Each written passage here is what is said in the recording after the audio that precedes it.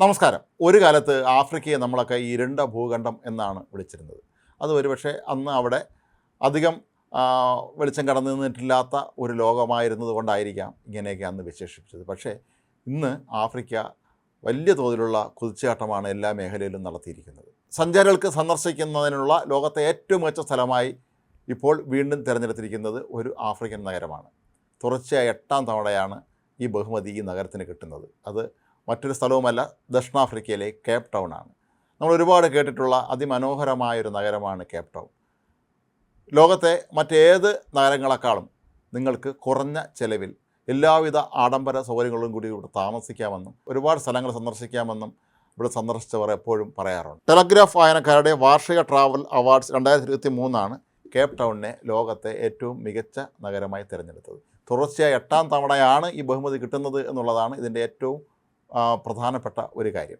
Tourism മേഖലയുള്ളവരൊക്കെ തന്നെ പറയാറുണ്ട് മനോഹരമായ പാരീസിനെ കുറിച്ച്. സൗന്ദര്യത്തിൻ്റെ അവസാന വാക്കായ നഗരം, ഒരുപാട് മുന്തിരിത്തോട്ടങ്ങളും മനോഹരമായ സന്ധ്യകളുമൊക്കെയുള്ള ഈ നഗരത്തിലേക്ക് എന്തുകൊണ്ട് ബ്രിട്ടീഷുകാർ പലരും ഇതിനെ ഒഴിവാക്കി അവർ ദക്ഷിണാഫ്രിക്കയിലേക്ക് പോകുന്നു എന്ന് ഒരു സംശയം വേണ്ട. ഒരിക്കലെങ്കിലും നിങ്ങൾ കേപ്പ് ടൗൺ കണ്ടിട്ടുണ്ടെങ്കിൽ വീണ്ടും നിങ്ങൾ അവിടേക്ക് തന്നെ തിരിച്ചു വരും എന്നുള്ളത് ഉറപ്പാണ് എന്നാണ് ഇത് സംബന്ധിച്ച ട്രാവൽ മാഗസീനുകളൊക്കെ തന്നെ വെളിപ്പെടുത്തുന്നത്. കേപ്പ് ടൗൺ നഗരത്തിൻ്റെ ഭംഗി മാത്രമല്ല, കേപ്പ് ടൗൺ നഗരം ഒരുപാട് മേഖലകളിലേക്കുള്ളൊരു പ്രവേശന കവാടം കൂടിയാണ്. നമ്മൾ ചരിത്ര പുസ്തകങ്ങളിൽ തന്നെ പഠിച്ചിട്ടുള്ള ഗുഡ് ഹോപ്പ് മുനമ്പ്, അതുപോലെ സഫാരികൾ, ഒരുപാട് തോട്ടങ്ങൾ, മുന്തിരിത്തോട്ടങ്ങൾ, തീർന്നില്ല, ഒരുപാട് വൈൻയാർഡുകളും ഇവിടെയുണ്ട്. ലോകത്തെ വിഖ്യാതമായ പല ബ്രാൻഡ് വൈനുകളും നിർമ്മിക്കപ്പെടുന്നതും ഇവിടെയാണ്. അതുകൊണ്ട് തന്നെ സഞ്ചാരികൾക്ക് ഇവിടെ എത്താൻ ഏറെ താല്പര്യവുമാണ്. കൂടാതെ ഇവിടുത്തെ ബീച്ചുകളും അങ്ങേയറ്റം വൃത്തിയുള്ളതും വളരെ മനോഹരവുമാണ്, സുരക്ഷിതവുമാണ് എന്നുള്ളതാണ് മറ്റൊരു പ്രധാനപ്പെട്ട കാര്യം. കേപ്പ് ടൗണിൽ നിന്ന് 1 മണിക്കൂർ യാത്ര ചെയ്താൽ തന്നെ നിങ്ങൾക്ക് അതിമനോഹരമായ ഗ്രാമീണ മേഖലകൾ, ഭൂഭാഗങ്ങളൊക്കെ തന്നെ കാണാൻ കഴിയും. വനപ്രദേശങ്ങളൊക്കെ തന്നെ ഇവിടെ ധാരാളമായിട്ടുണ്ട്.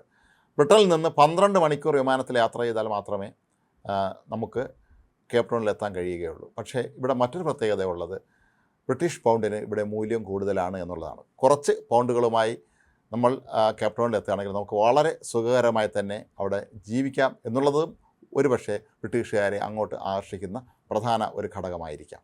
നിങ്ങൾക്ക് ആഡംബര താമസമാണ് ഇഷ്ടപ്പെടുന്നതെങ്കിൽ അതിനുള്ള വൻകിട ഹോട്ടലുകളും റിസോർട്ടുകളുണ്ട്. സാധാരണക്കാർക്ക് ജീവിക്കാനുള്ള സംവിധാനങ്ങൾ അവിടെയുണ്ട്.